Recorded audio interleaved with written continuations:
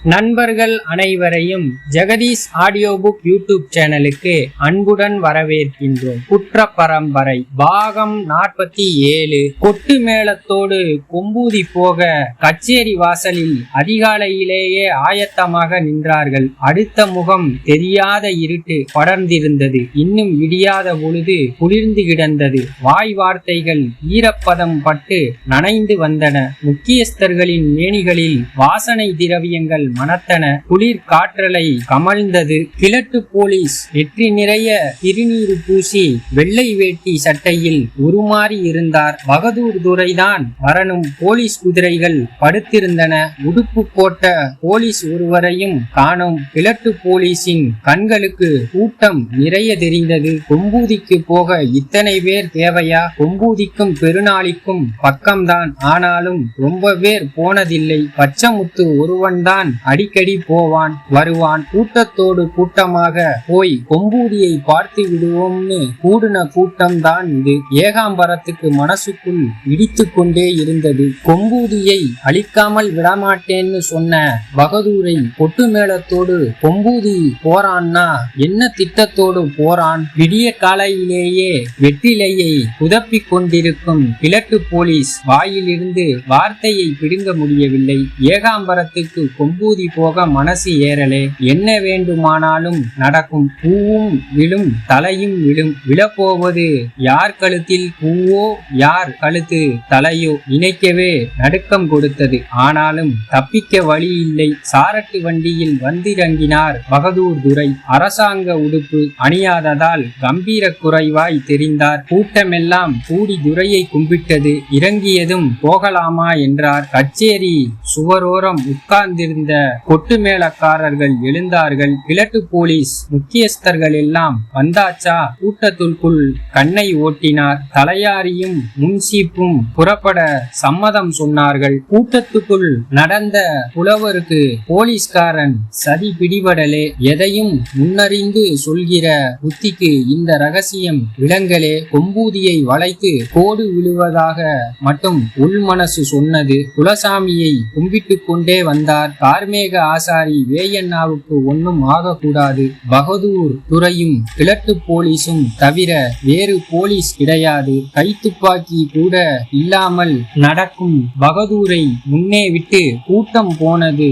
ஏகாம்பரம் முன்னேயும் இல்லாமல் பின்னேயும் இல்லாமல் நடுவில் நடந்து போனார். இன்ஸ்பெக்டர் பகதூர் இதுவரை கொம்பூதிக்கு போனது இல்லை. வேயண்ணாவை பார்த்ததும் இல்லை. யாரோடும் பேசாமல் இறுக்கமாக நடந்தார். ஏகாம்பரத்துக்கு மதி ஓடலே. போலீஸ்காரன் பேச்சை கேட்டு கொம்பூதிக்கு போறது சரியா தப்பா? அப்படி என்ன எருதுகட்டு நடத்தணும்? போலீஸ் பிடியில் பெருநாளி சிக்கி போச்சு. அவன் என்ன சொன்னாலும் மறுக்க முடியலே. கொம்பூதியை அடக்காதவன் பெருநாளியை அடிமையாக்கி விட்டான். சிங்கத்திடம் இருந்து காப்பாத்த பிசாசு வந்த கதையாக இருக்குது நம்ம பொழப்பு. கவிழ்ந்தபடி நடந்தார். பெரும்பச்சேரி தாண்டி முள்ளு வெட்டிய சுப்பையா பலரி பாய்ந்து செத்த இடம் வந்தாச்சு. அதற்கு மேல் முள்ளுக்காடு. துரையை பின்னே விட்டு முன்சீப்பு தலையாரியும் முன்னே நுழைந்து போனார்கள். கொட்டு மேளக்காரர்கள் கடைசியாக வந்தார்கள். நரிவேலு தலையிலே நகை பெட்டி இருந்தது. முள்ளுக்காட்டுக்குள்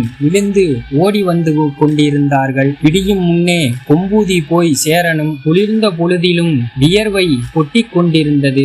எல்லோருக்கும் முன்னால் வையத்துறையும் வில்லாயுதமும் வந்து கொண்டிருந்தார்கள். கழுவனின் தோளில் ஆட்காட்டி குருவி உட்கார்ந்து வந்தது. கருப்பையா கையிலே கண்ணகோல், பாண்டி தோளிலே பாரக்கயிறு, சின்ன கத்தி கையிலே கடப்பாறை இருந்தன. மல்லேஸ்வரம் முதலாளி வீட்டை குறிவச்சு போன காரியம் நல்லபடியாக முடிந்தது. விரட்டி வந்த நாய்கள் விழாவில் குத்துப்பட்டு மல்லாந்தன. மற்றபடி ஊர் முழிக்கலே. ஆனாலும் பொழுது விடியும் முன்னே போய் சேரணுமே. அங்கே குடிச்ச ஓட்டம் நிற்கலே. இன்னைக்கு வேயண்ணா வரலே. விவரம் சொல்லிவிட்டு வீட்டிலேயே இருந்துட்டாரு. விட்டேத்தியாக அலைகிற வில்லாயுதம் தொழில் பழகணும் இல்லே. வையத்துறை இருக்கிற போது வில்லாயுதத்துக்கு என்ன? 2 பேரும் சேர்ந்து காரியம் தோற்காது. தனக்கு தெரிந்த தொழில் நுணுக்கத்தை எல்லாம் வில்லாயுதத்துக்கு சொல்லித் தருவான் வையத்துறை. பிழைப்பு காரியங்களை பிள்ளைகளிடம் ஒப்படைத்து விட்டு பெரியாளுகள் மேற்பார்வை பார்த்து கொள்ள வேண்டியதுதான். ஓடை இறங்கியதுமே ஊரணிக்கர ஊரணிக்கரை ஆலமரம் தட்டுப்பட்டு நாய் குரைப்பு கேட்டது. பொழுது விடிய போகுது. பாதை புழுதி நாசியில் ஏறியது. கையில் வேல்கம்பும் கால் நிறைய புழுதியுமாய் வில்லாயுதம் ஓடுகிற அழகில் பின்னால் வரும் இளவட்டங்கள் கண் நிறைந்தார்கள். ஊமையன் நரிவேலு 2 கைகளையும் நகை பெட்டியின் மேல் லாத்தி போட்டு தலை அசையாமல் ஓடினான். கீரை செட்டி எல்லோரையும் முன்னே விட்டு டொங்கு ஓட்டத்தில் வந்தான். ஊரணிக்கரை தொட்டதும் ஓட்டம் மட்டுப்பட்டது. பூலானி கிழவி உள்ளப்பசாமி கோயிலின் முதல் மணியை அடித்து விட்டாள். குழந்தை குட்டிகள் எல்லாம் மணியை சேர்ந்து விடாமல் அடித்தார்கள். கோயில் மந்தையில் கொம்பூதி கூடியது. குமரிகள் எல்லாம் குடங்கள் நனைத்த ஈர துணிகளோடு ஓடி வந்தார்கள். பலித்தடம் பார்த்து நாய்கள் குலைத்தன. பொழுது பளபளத்து கொண்டிருந்தது. கோயில் மணி சத்தத்தோடு ஆலமரத்து பட்சிகளும் கலகலத்து கொண்டிருந்தன.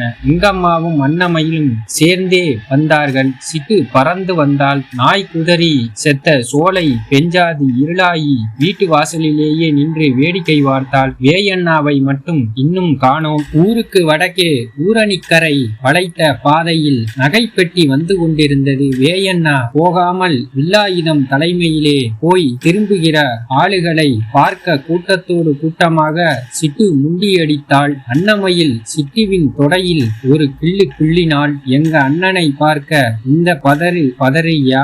ஊருக்கு நேர் கிழக்கே பெரும்பச்சேரி ஒத்தையடி முள்ளுப்பாதை பெருநாளி கூட்டம் கொம்பூதியை நெருங்கி வந்து விட்டது. பழக்கமில்லாத பாதை என்றாலும் பகதூர் துரைக்கு வருத்தம் தெரியலே. வெறியேறி போயிருந்த நெஞ்சுக்குள் வேறு கணக்கு ஓடிக்கொண்டிருந்தது. கொம்பூதி நெருங்க நெருங்க ஏகாம்பரத்திற்கு உலை பதறியது. ஆளோடு ஆளாக சிரமப்பட்டு புலவரும் வந்து சேர்ந்து விட்டார். கார்மேக ஆசாரிக்கு வெகு நாளைக்கு அப்புறம் வேயண்ணாவை பார்க்க போகிற சந்தோஷம் ஒருபுறம், கூட வருகிற கூட்டத்தை நினைத்து வருத்தம் ஒருபுறம். இவர்களோடு சேர்ந்து போனால் வேயண்ணா என்ன நினைப்பாரோ என்கிற அச்சமும் இருந்தது.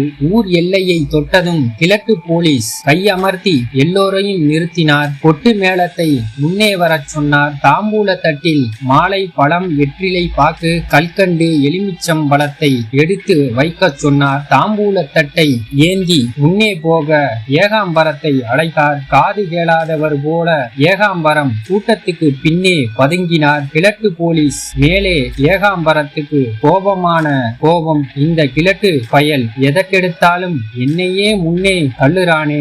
ஏகாம்பரம் பதறுவதை புரிந்து கொண்ட கிழக்கு போலீஸ் அடுத்து நின்ற முதல் கரை தங்கச்சாமியின் கைகளில் தாம்பூலத்தட்டை ஏற்றினார். முதல் கரை தட்டு மாற்றினால் மொத்த ஊரும் தட்டு மாற்றியதாக அர்த்தம். கொட்டு மேளக்காரனை பார்க்கும் அடிங்கடா கையசைத்தார். மேள குச்சியும் விரல்களும் வாசிக்க கிளம்பின. நாயனக்காரரின் கன்னம் உப்பியது. கோயில் மணிகள் கனகனக்க கொம்பூதி கண்கள் எல்லாம் வடபுறத்து பாதை மீதிருந்தது. நாய்கள் வடபுறம் பார்த்து குலையவும் கிழக்கே பார்த்து குறைக்கவுமாய் வட்டம் அடித்தன.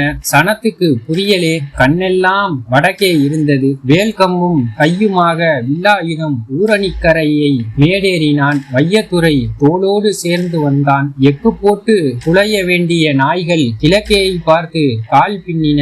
ஊடே வரும் நரிவேலுவின் தலையில் நகைப்பெட்டி தெரிந்தது. குலவை ஒளியும் கோயில் மணி சத்தமும் அடர்ந்து கிளம்பின. அத்தனை சத்தத்தையும் மீறி ஒரு புது சத்தம் கிழக்கே இருந்து வந்து கொண்டிருந்தது. சனங்களின் கண்ணெல்லாம் கிழக்கே திரும்பியது. மேல வாத்தியக்காரன் உருட்டி கொண்டிருந்தான். இதென்ன கூத்து? பூலானி கிழவி முன்னே வந்தால். கொட்டு மேளம், தட்டு தாம்பூலம், நெற்றி திருநீரு, பட்டுச்சரிகை வேட்டி, வாசனை திரவியங்களோடு கிழக்கே பெருநாளி கூட்டம். வேல்கம்பு, வெட்டறிவாள், கண்ணக்கோல், கடப்பாறை, வியர்வை நாத்தம், புழுதி அழுக்கோடு வடக்கே உள்ளூர் கூட்டம். கிழக்கு போலீஸ் வேட்டி கட்டி இருந்தாலும் பூலானியின் இடுக்கிய கண்களுக்கு அடையாளம் தெரிந்து போனார். இவன் போலீஸ்காரனாச்சே. ஆனாலும் கிழவி பதறவில்லை. குலசாமிக்கு முன் குனிந்து திருமண் எடுத்தால். தவித்து போய் நிற்கும் தன் பிள்ளை பேரன்களின் நெற்றியில் பூசிவிட்டு காது குளிர குலவையிட்டாள். மணி சத்தம் கூடுதலாக கேட்டது. வடக்கே இருந்து நகை பெட்டியும் கிழக்கே இருந்து